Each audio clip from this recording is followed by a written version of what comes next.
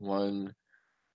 Hello, everybody. Welcome to another edition of the Fifth Dimension live video podcast. We've moved our show to this week, Friday night. I can't, unfortunately, do the show Sunday. So, my partner here, Dave Schumacher, and I have just kind of decided to do it tonight, and hopefully we'll get some viewers and some listeners for tonight, even though it's kind of, last minute kind of thing. But Dave, how you doing? I'm good, Matt. Good to see you All right. again. Welcome to the show. Glad to be here again. Welcome everybody who's watching us. And in the Midwest, it's about 2 degrees out and 30 below with the wind chill. So there's nothing better to Yeah. do than sit inside and watch our podcast. Yeah. I like watching the weather from inside my house. That's the best place to do it. Yeah, I mean, it's been brutally cold. I mean, we've had it too. Dave's in Illinois, and I'm in New York. Totally. I mean, we're kind of close, but 12 hours apart. But um, weather-wise, completely different because Dave's been getting more snow than we have, and we've been getting more rain than Dave. But um, you We'll know, try to send some snow your way. I could use a snow day. Hey, I'm not going to complain. Yeah, I'll let you know how Monday, Tuesday go. I think we're going to get a snow day here. So that'll be good. Okay, yeah. Um, all right. So, well, welcome to the show again, guys. I hope you guys have really been enjoying our podcast. Like I always do in the beginning of the show, I like to let our listeners know that we do have a chat box, which I'm actually gonna make sure that we're doing okay here. um, yeah, so we have a chat box. It's not fancy. It's nothing. I had to turn off the mute on it, otherwise it would have been really bad for our listeners. Um, so there's a chat box next to the video feed that you're watching. Again, it's not fancy, but it's there if you want to ask us questions during the show. Feel free. Another explanation I want to explain to our listeners is the way to call our show. Now, if you're familiar with me and my voice from Paranormal Talk Radio, we used to have a call-in number. We don't exactly have a call-in number, but the way Google has it, kind of the way they do it, a little bit different. It's not a number, but if you have a Google account, whether it's Gmail, Google Plus, anything Google with a Google account, you can contact us 'cause that's what we use. Just go to the Google Hangout webpage and you can contact us through that. We have control of who we can invite on the show, so I'm not worried about that. So that's the way you can call in, because we have a really cool topic for tonight, and actually Dave thought of it, but I like the topic. The topic for tonight is, what's your best paranormal evidence? What's your best data? What really good paranormal experiences do you have? What's your best paranormal experience? So with all that combined, that's our topic for tonight. So we thought it could be a cool way to interact with our listeners and our viewers. So if you'd like to call in, feel free. Give us a shout. We won't bite, not unless you want us to. It's going to be a good night. Yeah, it's gonna be a good night. So I got my ginger ale on. We're good to You're go. ready to go.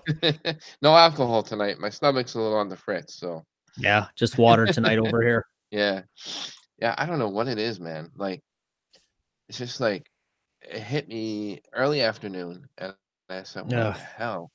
And there's a I lot just of stuff going around. It's ridiculous. I know, and I come home and like I'm dozing on the couch, taking a little cat nap, and my stomach is going, it's making these weird, really weird growly noises, Oh, that's and never I good. get and I get I get activity at home sometimes, so I'm like, is that me or is that?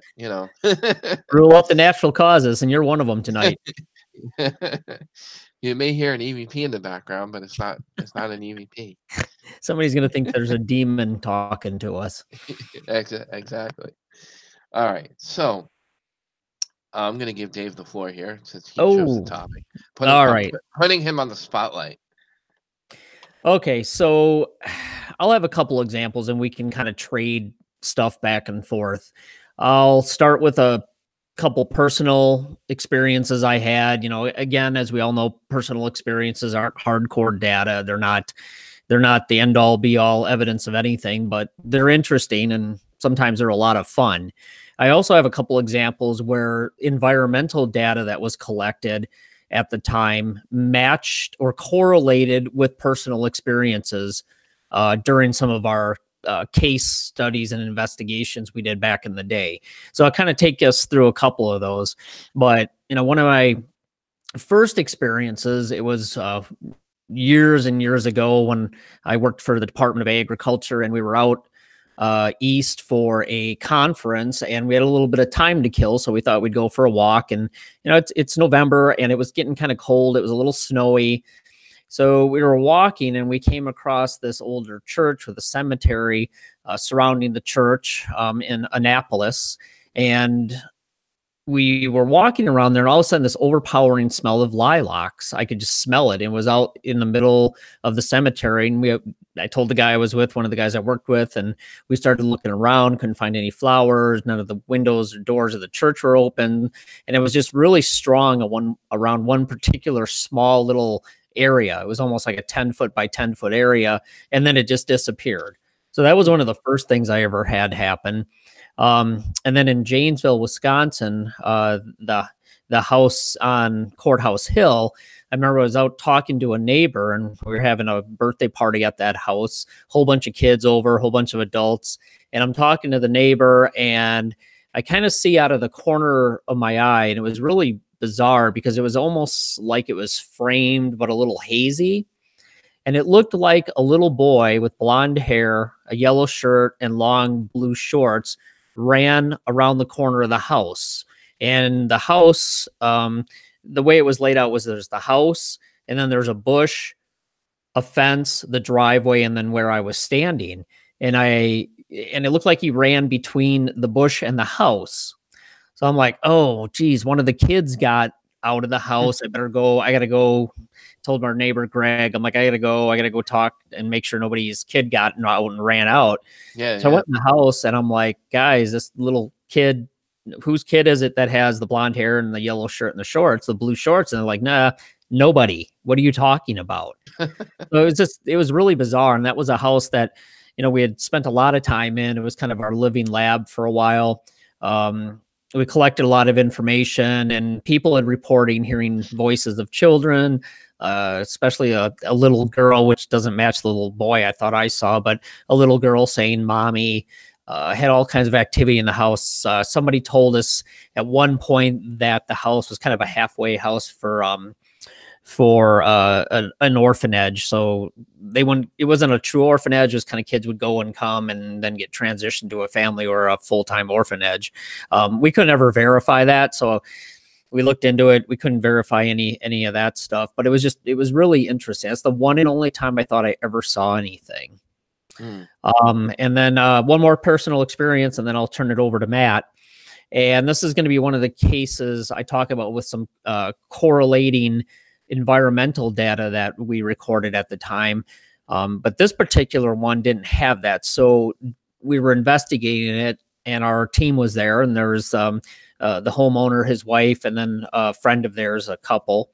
And they had told us what had supposedly happened at this house, which, again, it was an unverified claim. We looked into it, couldn't find any evidence of it, but supposedly a little boy and his friend were playing Russian roulette. They found a parent's gun, and one of the kids shot themselves and died. But something like that, you think we would have been able to verify, but we couldn't. But they had a lot of interesting activity.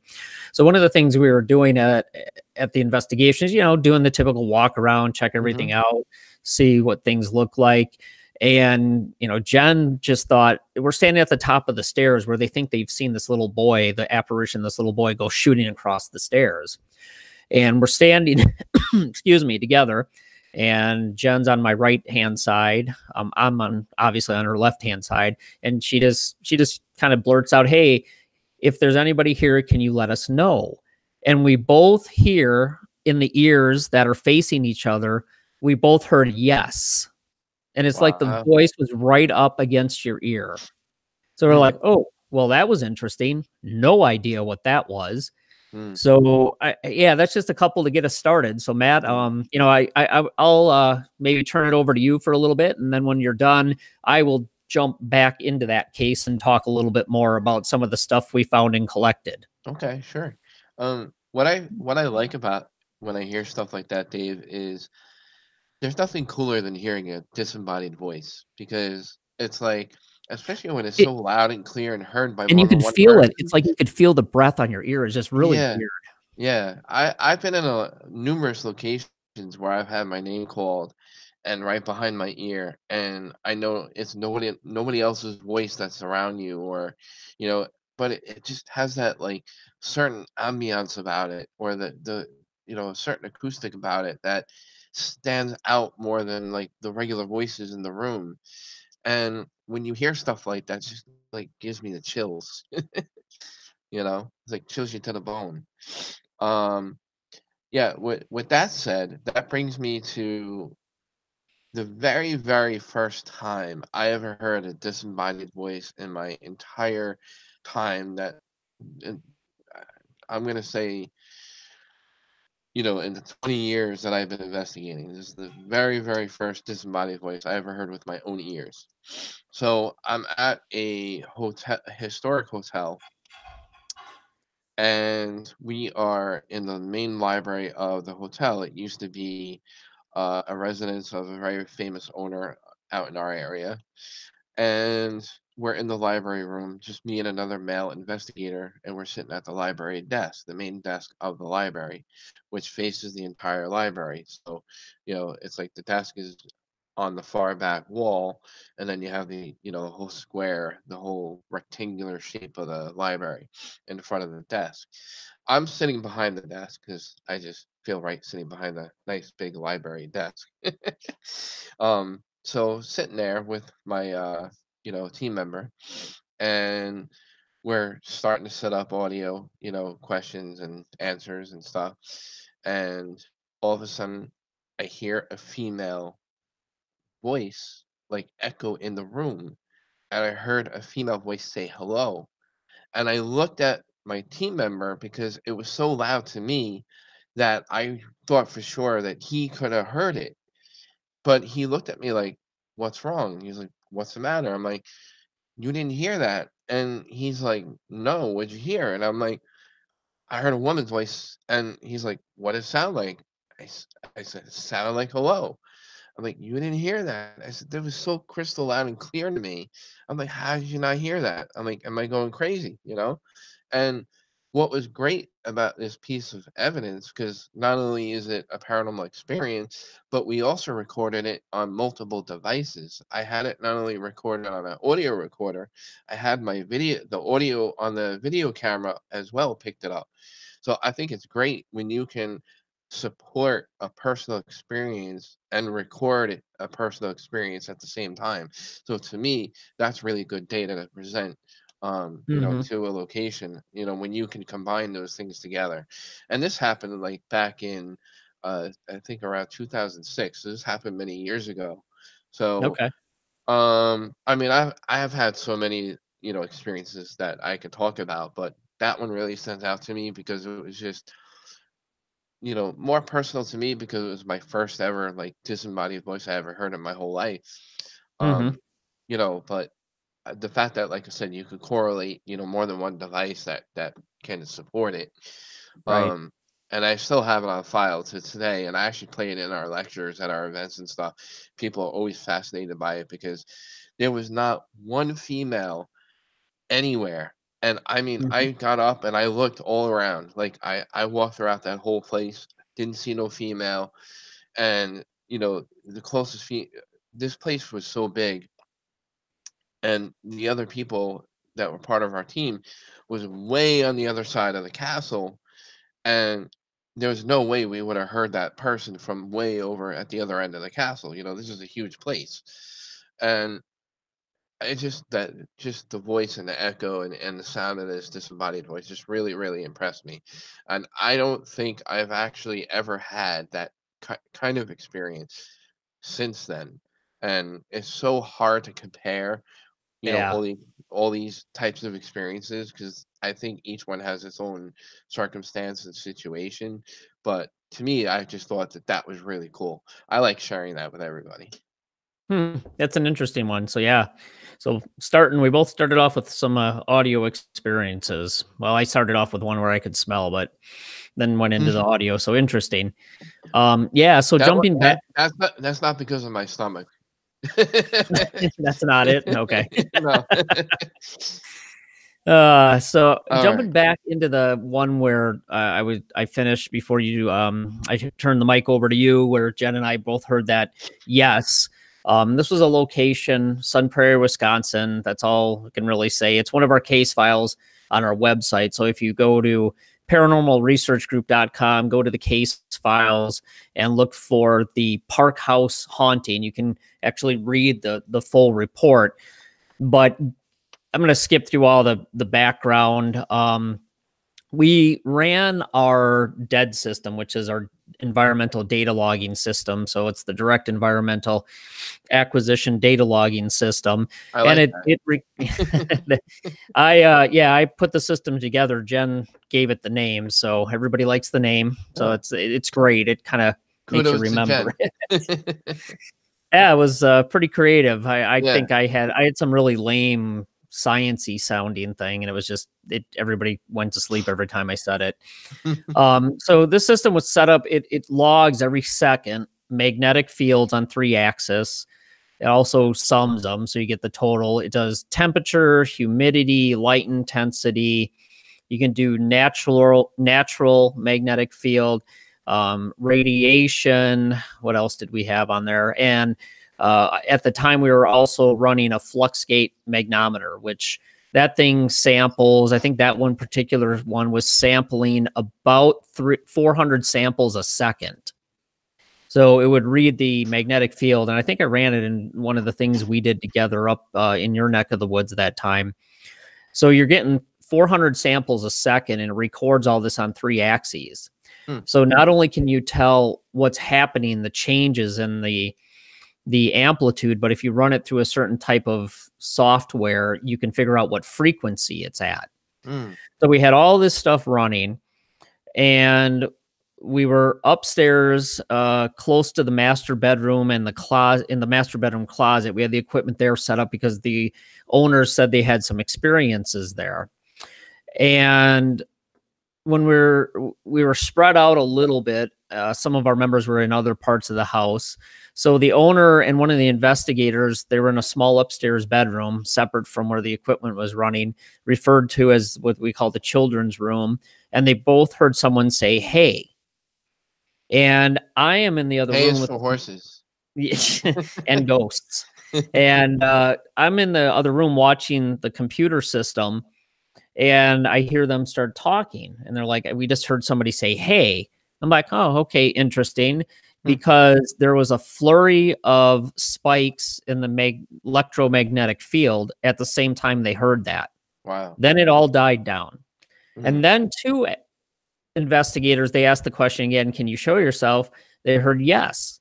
And again, there was a flurry of changes in the electromagnetic field. And then it calmed down again. Nothing happened. Then the 3rd time, a whimpering sound was heard by 3 out of the 6 people in the room. Nothing was recorded. It didn't show up on the recorders, but again, there was a spike in the electromagnetic field. And then there was a large spike in the electromagnetic field. It was like 267 milligauss when the owner tried to antagonize whatever he thought was there. So he was cussing and swearing at it. So that popped way up, and then it dropped way down.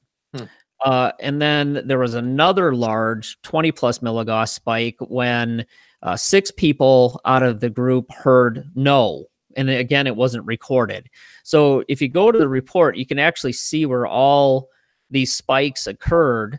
And this is, again, sampling every second. So we're getting a continuous baseline.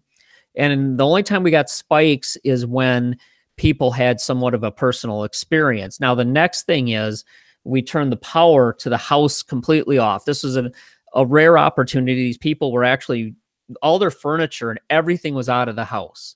Everything was an empty house. But they wanted to try to see if they could figure out what might have been going on this whole time before they actually moved out.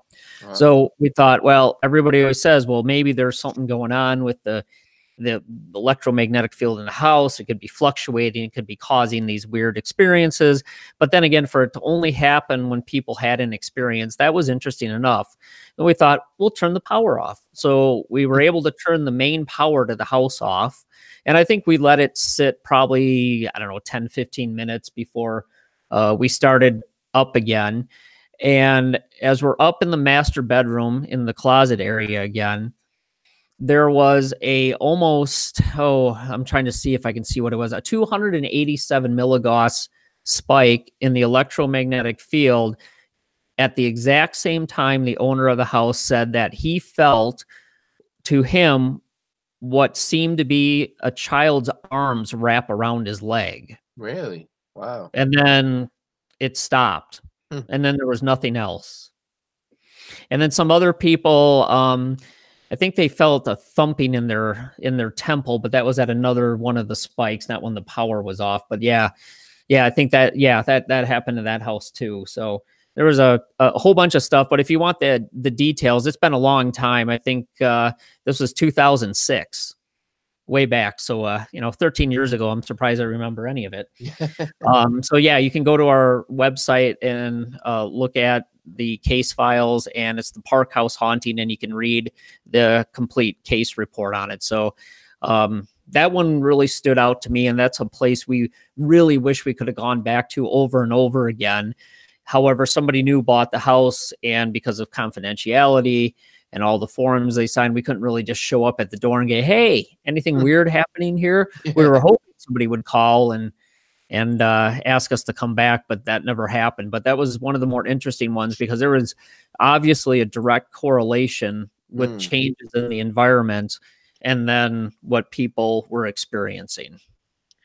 Now, in your assessment of that, do you think that it was something environmental, or did you guys kind of decide maybe there was something more paranormal to that, or? Yeah, we typically when we back in the day we would we'd kind of walk the fence, sit on the fence and not go one way or another. Basically, I can read the conclusion. I just pulled up the report. So what we said in our official report was the various personal experiences and the investigators and the owners strongly correlated with changes in the electromagnetic field, and there was some other stuff I didn't talk about with ion counts. Mm. No natural explanations for these changes and occurrences could be found, and that was at the time we did the investigation. And we stated that the data is consistent with that collected in other locations with reported paranormal activity. So it was hard because we were only there one night. So and it's Yeah. really hard to say what's going on. Hmm. And we couldn't verify any of the supposed history and claims that the owners made about Right. the young child that was killed playing Russian roulette. Hmm. But there's some pretty interesting correlations that went on with what people experience and the environment. Now, there's a lot of debate about if electromagnetic fields can cause you to have experiences. That's debatable. It maybe could happen, maybe not. The fact that there were some pretty strong ones, the real strong one when the power to the house was turned off and nobody had, we always had the cell phones are off, no Hmm. two-way radios, none of that stuff. Hmm. So it was pretty interesting that people were reporting things right as the data with the electromagnetic field was spiking. Mm. And we were sampling every second. Then you can see what happens when people weren't having experiences. So Right. this is probably one of the most clear cut cases and examples we had with experiences correlating with environmental changes. Right. What would be another good test of that, Dave, would be, I just kind of drummed this up in my head right now, but I'm sure other people have thought of this too. But what you could do in something with a situation like that, if you have you know, a device that's reading a high EMF spike at the same time that these people are reporting their experiences and these claims, maybe if there was a way where we could ask that person if they wouldn't mind, doing more experimentation, and if we could pump an area of, a certain amount of EMF, like from an EMF pump or any device that would pump out EMF, in a non-haunted area or where there's no claims at all and see if they still have that type of Mm, experience along with those high EMF pumps that are coming from that device. And now, if they turn around and claim that they're having an experience, maybe that could put a test to the idea that maybe EMF is kind of like making people have different experiences and it's not so much something paranormal. Not that I'm trying to do that to that yeah. person, but I'm just, I'm just saying that would be a cool experiment. Yeah, and some of that's been done in the lab. Persinger's lab did that with the Persinger helmet, the God The helmet. God They helmet, tried yeah. to induce experiences with fluctuating time and amplitude varying magnetic fields, and they got results. But other people did it and they didn't get anything, and they claim it could have been just a simple bias and a false positive because people had an expectation of something happening. So that, Mhm, I mean, it's, yeah, and looking at some of the other correlational data, there are, Jason Braithwaite's done some, Tim Hart with the Mesa system, they've done a lot, and there's a lot of, there's some correlational data that places that and locations that people experience paranormal activity or subjective paranormal experiences, they do have differences in the magnetic field. And Brian Lathe is another one who's published a couple recent papers showing that there seems to be differences not only where people experience things, but where maybe you get other types of data and recordings and things that might be a little more what they would consider objective because they can record it and quantify it. mhm. So I think the idea is out there, and I think what you suggest is always a good route to go. It just, we need more information because a lot of the stuff that's being collected is still not conclusive. Mhm. And when people walk around with EMF meters with a bunch of TV cameras and two-way radios and cell phones, Yeah, not yeah, useful. And and it's then hard to get a baseline when you walk through once for yeah, 5 minutes and then then cut you out get of there. then you get Aaron Goodwin and, Billy Tolley looking at the EMF going, "Oh my god, it's a Yeah. ghost." I mean, there's a whole different in a type of equipment that they use versus the stuff we used. I mean, some of those meters, the ones that did it every second for the electromagnetic field, those are, $300 a shot, Yeah, and you hook them up to the computer and they only cover a small area. The flux gate mhm. magnetometer, I think we paid almost 12 or $1,400 for that one. Wow. So it's some pretty high end, Mhm. pretty decent equipment if you want to actually let it run and record information. The Mhm. limiting factor is always it only samples a very small area, and it's hard to pay for two of those systems to have a Oh, yeah. control running somewhere else. Right. Oh, yeah. So there's limitations to Yeah, everything. But anyway, yeah. so You gotta I'll turn it you back gotta over to have a you. you gotta have a budget. Yeah, well, when you that's where all the extra bonus and incentive money for my job went, and our Yeah, group did a lot of fundraisers. We actually did fun things. We did chili cook-offs. We did, oh, well, what is it, nice. Camp Blood, and all these paranormal challenges that were just more fun. And yeah, we had fundraisers. So yeah, with the equipment we bought, a lot of the stuff that we did to raise Yeah, money, that's what it went for. yeah. That's cool. That's cool. One of the things that, I do wanna bring up is, s speaking of where different devices can correlate again with a personal paranormal experience, or something you can't explain. I should really say, things you can't explain. But we were at a location called Selma Mansion, which I'm sure many of our viewers or listeners, around our area has heard of. It's in Norristown, Pennsylvania. They do a lot of paranormal events there. They do a lot of investigations there with public investigations, and you can rent it out if you like to do a private investigation. You can contact them and stuff. They're always looking for ways to raise money for their historic location. Anyway, so we were invited out there to do an investigation, and my team was outside taking a smoke break away from the building, so we knew where they were located. My wife and I were in the basement, and we have different pieces of equipment laid out all over, spread out along these chairs. These chairs were kind of lined up in a circle, like I guess from previous group situations, from group Mhm. tours or whatever. So it's just the way they were lined up. So we placed items on different chairs. So I had a EDI meter, the EDI Plus, which uh, reads EMF, humidity, temperature. It also does vibration detection. But it's calibrated so that it would only detect vibration within a certain amount of feet. So you'd have to be like a certain distance from the meter. So it's not like you could be um, 10 feet away and it'll pick you up. It wouldn't pick you up at 10 feet away. So you'd have to be a certain amount of feet away from, that type of meter. Right. I love multi-tool meters because, you carry less equipment in your hands. Right. Anyway, so I had that out. I had a couple of other things out. I don't remember exactly what I had out. I had I think electrostatic meter from Paranologies that we were using, I believe, which measures static electricity. I think that we were using, and we had a video camera documenting facing what we were doing. It had extra LED lights to enhance the night vision of the camera. What else? So I was standing, my wife was sitting. We're doing standard EVP questions, and it's just asking, random questions like who's here, blah blah blah. And all of a sudden, we get these spikes from the EDI. EMF is changing.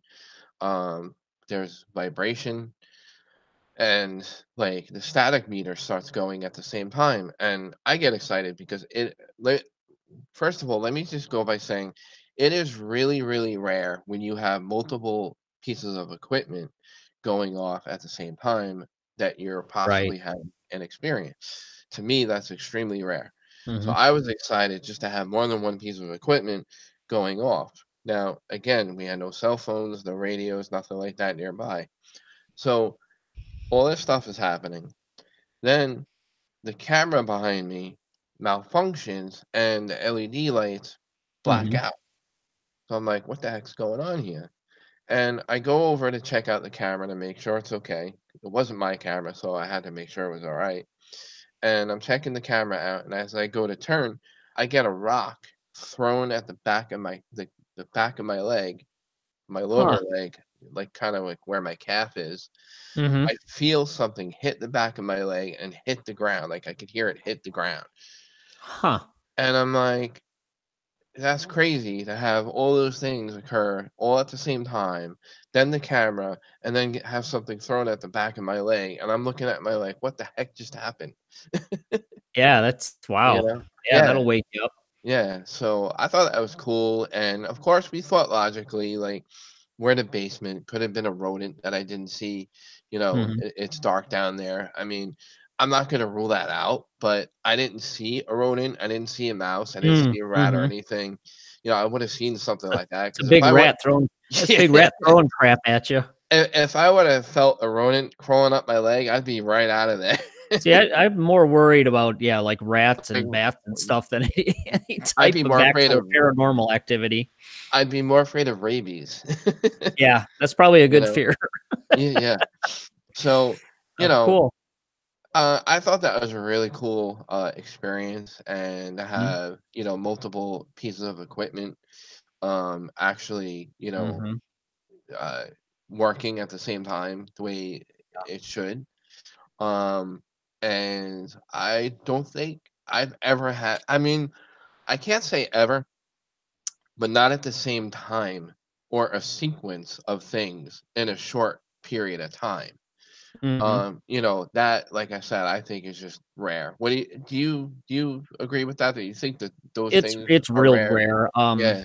It's real rare, and I'd have to dig it out, but at one point I did kind of a overall analysis of all the different cases we did and all the data we collected, and I wanted to see how many different things correlated with each other, Hmm. like a personal experience with an environmental reading or an environmental reading with another Yeah. environmental reading, and it I mean, you're always going to get a couple things that pair up by chance. There's no doubt there. But when you get started getting three or four things pairing up, that gets pretty infrequent. It's pretty rare. Yeah. Yeah. And yeah, and that's a good lead in. Thanks, Matt. You set me up for the next thing I wanted to talk about. That was There great. you go. Um, Good segue. another case in Milwaukee, Wisconsin, and we had visited this location I think 3 times. And again, we were running that dead system, and one of our investigators was sitting on the floor, and all of a sudden she's like, "Hey, I feel this really cold, like draft, not even draft, but it was almost like a mass from her shoulder all the way down her arm." And we're like, Wow. okay.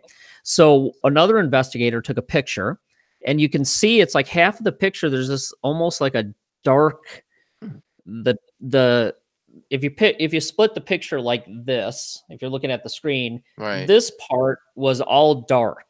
Hmm. The rest of it was normal color.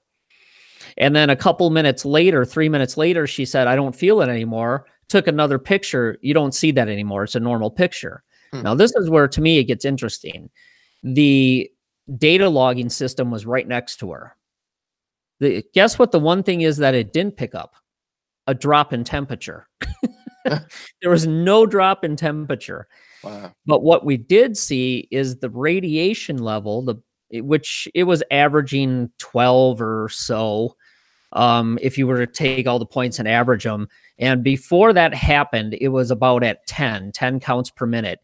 From the time that she had that experience and the picture was taken to the time it ended, the radiation level dropped to 0 and Hmm. stayed there. It Really? doesn't normally do that. So we got a That's picture. not normal.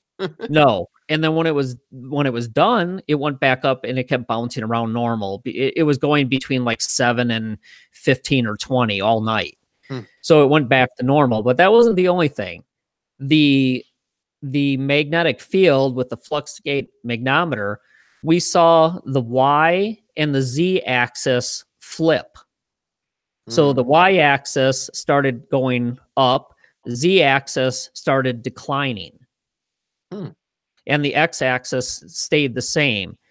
Now, the sum, you could kind of see this little dip and then it would continue on, but it was at the same time that whole experience happened and the other data happened.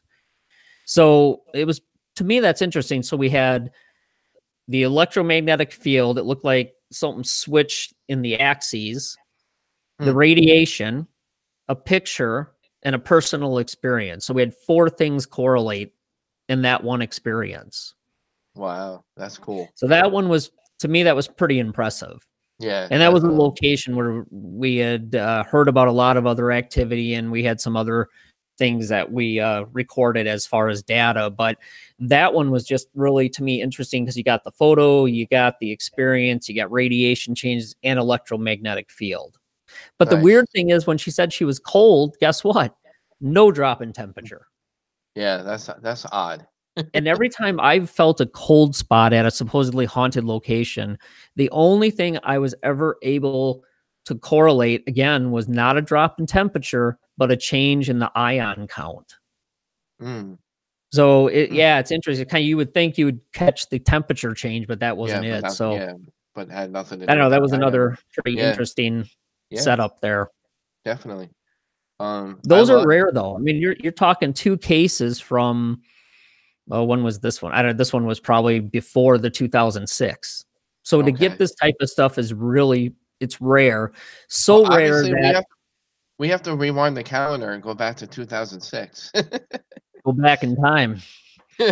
Um, yeah, it just, it's so rare that it needs, you got to find more good locations and try to repeat this because Hmm. while it seems rare and there's a lot of correlation, it could still be a chance finding. We don't know. Yeah. But it's Yeah. stuff like that that makes you kind of sit there and go, either there's Hmm. definitely something going on there that's either, well, at the time we can't explain it, or there's some environmental anomaly that's causing people to have these experiences. Yeah. Yeah. Something that So it's we don't pretty we cool. don't know. Yeah.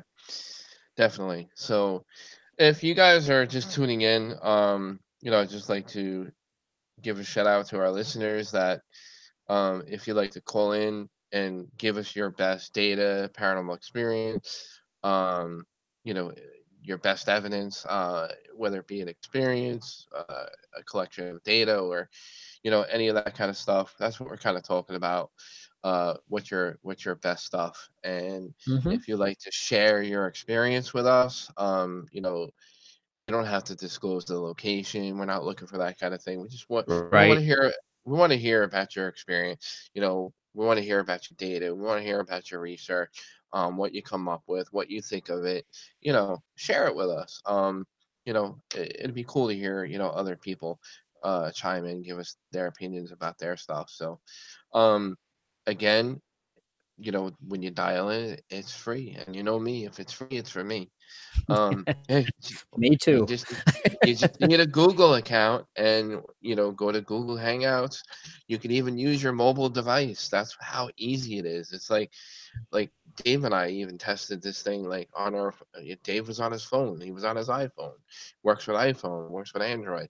It's so easy to use, and you could just you know, hit our Gmail account, which is fifth dimension radio show at gmail.com.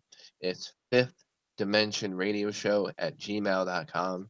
And you just, video call us or audio call us from Google Hangout, and we'll pick it up. We'll answer it, and hopefully get some we'll get somebody to call us. Well, Matt will answer it. He's the master of the control board. I just sit here in front of the computer. Yeah, hopefully I don't Mhm. screw it up because I haven't answered our first call yet. So Oh, well, we'll have to practice that. yeah, So we, somebody we will. please call in. Please call in and say hi. Yeah, Um, right. yeah, no, it's pretty interesting. Yeah. That makes me think about one of our um projects that we worked on. When you're talking about the correlation in data and a personal experience, I had invited Dave out to one of our locations. I can't disclose the name of the location due to client confidentiality. Yeah. But we are very privileged to be able to use this facility over and over and over.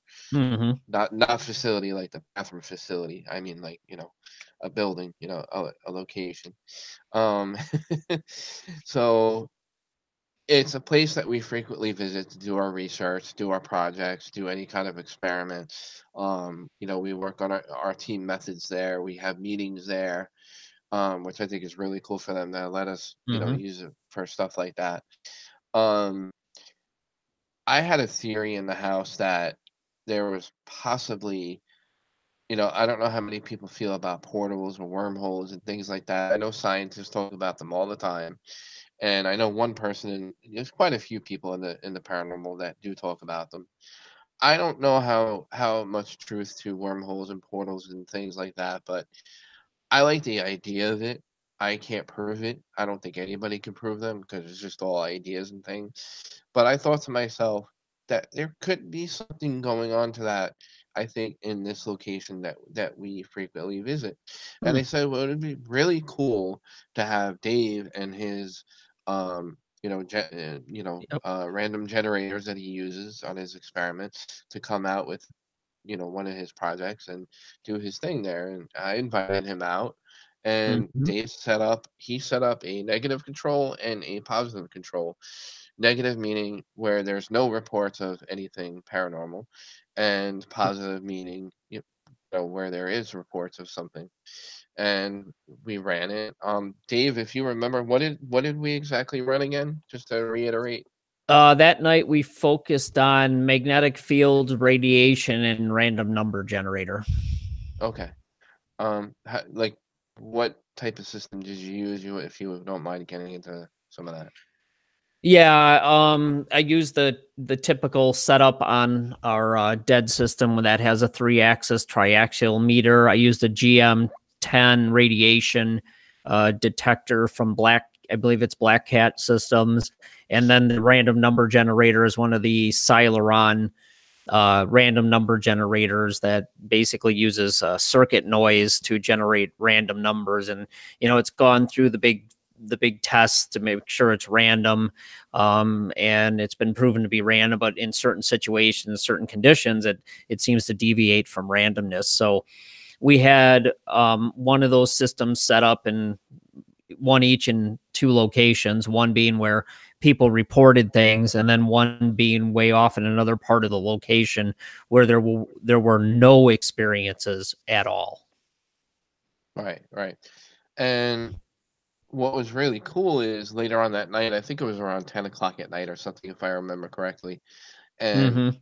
we were going upstairs because we were hearing things and we were investigating stuff that was going on. I believe we were hearing footsteps, Mhm. and we were chasing the footsteps and trying to find the origin of the noise, being the investigators that we are. Mhm. And going up the stairs and going to the second floor from the main floor, I felt as if there was something running up behind me. Like I heard footsteps coming from behind me.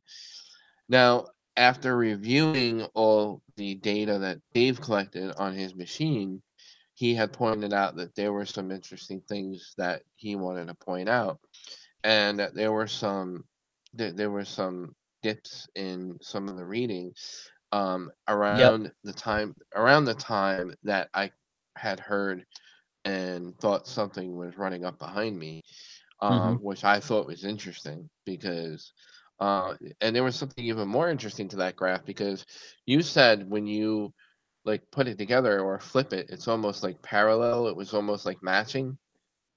Yeah, it looks like the one random number generator headed off in a positive direction, meaning that it would be more ones than zeros, and the other one looked like a mirror image of it that Hmm. was in the other location going in the negative direction.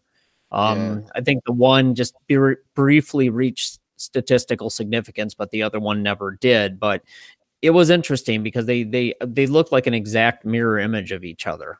Mm. So, yeah, Uh, there was a lot of, interesting stuff that happened that night. yeah. So, yeah, it was fun. It Yeah. was cool. I always Yeah. loved running equipment in different locations, and I didn't see nothing really on the radiation and EMF that stood out as far as correlating with anything, and, uh, there may have been some, but the only reason I don't think there was an overall correlation is because there was a lot of times people had experiences, but then there Hmm. was no change in the environment, or there was a change in the environment, and there was no experience. So Hmm. overall, it's hard to say that those particular instances were related to it. But what you were talking about briefly there, that was interesting. That would be a place Yeah. that would be, worth Yeah. taking another look at some point. But like you said, I'm only 12 or 14 hours away now, so that's a little more Yeah. difficult these Yeah. days. Yeah. But it Yeah. was it was neat. It's always fun. Yeah. Just pop right on over. Yeah, just take the Yeah. company jet, the fifth dimension So jet. So I'll see you yeah. there. Yeah. Right. Hey, we'll get there someday, maybe. Yeah, sure. Yeah. Find somebody with some big pockets. Yeah. Yeah. We're not like coast to coast or anything like that. So Yeah, I don't think he has a jet either, so yeah, I don't think so either. maybe we can get But Trump's plane. yeah. But yeah, maybe we'll have them build our own Boeing. That'd be There cool. you go. White House is on it, I hear. Yeah. Um, Well, yeah, I'm so happy. I, I'm happy to hear that the federal workers are back to work. temporarily. Yeah, temporarily. Yeah, we I got think some it. pretty good friends that are, work Yeah, for the federal government, and it's tough. It's I bet. really tough, and I feel bad for them. And Mhm. fortunately, they're smart people, and they know to save money because this has happened before. But for Mhm. those people that live pay to paycheck like a lot of Americans do, it's tough. Yeah. I Yeah. feel I'm bad for not. them. I'm not trying to bring up politics, but I think it's just there was a thing about it. I think that both sides were coming to realize, and of course they're trying to make it look like it's all Trump's fault, but I It's mean, it's it's everybody's both fault. it's everybody's fault in this case. But I think Ugh, both sides were coming to realize that it was affecting our country's security. And, when it comes to like air traffic controllers and, like really serious, so, situations and scenarios that they never yeah, thought you're only about. gonna show up to work so long until, when you're not Yeah. getting paid, you're only gonna Oh do yeah. it. You're gonna get back pay, we know that, but, Oh people are yeah. only gonna do it for so long. Mm-hmm. That's a Yeah. lot to ask. Keep coming to work even though Yeah. we're not gonna pay you. Yeah. Like we Yeah. understand So you want to anyway, make You wanna make security better, but that's great, but, don't make security worse by doing it, Yeah. Yeah, and you it's know? costing people, a lot of pain and suffering, so, I know, I anyway, know. hopefully they'll work it out, Yeah, but, but yeah, getting back I just wanna make a couple comments on, the random number generator work we did with yeah, you, which was sure. very Shoot. interesting. We also our Jen and I and, actually, Jen and I published one paper, and then Joey Caswell from Michael Persinger's lab, he was a graduate student there, he Nice. did I think his PhD with Michael Persinger. Cool. We did another study together where we published a paper in the Journal of Exceptional Experiences in Psychology, looking at the change in random number generators Mhm. with potential RSPK or poltergeist agents. Mm. So what we found is with the one, when things were building, the random number generator would go up, up, and up. And then in the first paper in the case, we heard a loud bang on the wall, and it's like that random number generator was building, and then the big bang, and Hmm. then you can see that it was well over statistical significance of not being random. And another thing they talked about with poltergeist, you find it in the literature, poltergeist agents, RSPK, is it seems to be almost like a subconscious thing. And other lab studies have shown when they've taken those people into the lab and they want them to focus on trying to affect something, either a random number generator or a piezoelectric circuit or influence something, Mhm. they typically don't do very well. So they can't call it up on demand. However, some of the interesting findings that they talk about and things they noted were once the person stops focusing on it, then something seems to happen. Mm. So we had a case where we were pretty sure if it was any type of parapsychological phenomena, any type of paranormal phenomena, that it was probably RSPK or poltergeist. So Okay. Jen actually ran the experiment. I analyzed the data. So I wasn't even there for the experiment, which made the analysis even better because all I'm looking at is numbers. So I'm like, I don't know what you told this person to do, when, and whatever. Mm. So I have no idea. I'm just cranking out numbers. So what had happened is we found that when the woman was told to focus on the random number generator and try to influence it, she couldn't. Hmm. But then when we kind of pretended, or Jen kind of pretended to shut it down and tell her to just go do whatever you need to do, that's when it started becoming significant. So it's like when the focus thing was there, it didn't happen. But when she didn't focus on it, it started to reach statistical significance of not being random anymore. And it Mm. really interesting because that kind of backed up some of the stuff we had seen in some of the older literature and heard from other researchers. Um, Mm. and we've run this thing at literally, all of our since I don't know, I think it was 2003, 4. We've been running this piece of equipment at all these different locations, but we've always looked at it to where um, we're we're running it and looking at a total, what they call a Z score or total session. And I think I talked to you about this, Matt, that there's a guy named Mike Nichols, and he does a lot of random number generator work now too. And what he's doing is he's correlating changes in other equipment or environments and personal experiences and relating it to individual changes in random number output. Hmm. And yeah, I think we'll try to maybe have him on the show sometime to talk about his work. But it's really fantastic because initially we started talking, and I'm like, well, it's individual sessions. You could have these spikes in the radiation or the random number generator, and they may or may not be significant. Who knows? So I thought, well, if you don't mind, I'll run some numbers for you. And we did a chi-square test, and I don't want to steal Mike's thunder for when he comes on the show, but it ended up being fairly surprising and impressive. Okay. So he's taken kind of Nice. the work that others have done and refined it to such a precise and It's specific level fine-tuning it, that yeah. it's pretty cool stuff. Again, Mm. correlating experiences with something else. Okay. That makes me think about, kind of what we've talked about, Dave, on private conversations, because I thought of that myself with some of the experiences that we've been having at my own home. Mm, I had told Dave about some of the experiences we've been having, and to me, it almost was very similar to PK experiences. And, I was just like thinking of all these things that were going on, and I'm like, it'd be kind of cool. I mean, not that I want to induce the activity at home, because home is sanctuary, and like, Mhm. this is my space, and where I rest my head, and where I sleep, and all good things happen. And I always want this kind of stuff to happen on an investigation. I don't want this stuff to happen at my house, Mhm. you know. But it's kind Little of little funny. different when it happens at home. Exactly, but it's kind of funny how it's like this shit happens at home, and you're like, why can't this happen on an investigation? And when there's nothing on Mhm. an investigation, you come home and you're like, what the heck? Yeah. But it would Yeah, be kind it's of cool if a person like him could do a study on somebody, like in that kind of scenario. And I'd mhm. love to hear what he's working on. Yeah, I'll talk to him, and we'll grab a date in next, couple weeks and get him signed up. I know he listens to this show once in a while, and he'd Okay. be more than happy to come and tell us what he's been working on.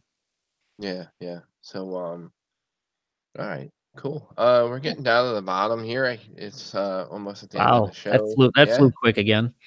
An hour is sometimes not enough. Although we control however long we want to run our show, but Yeah, you hour know, seems to be a sweet spot, though.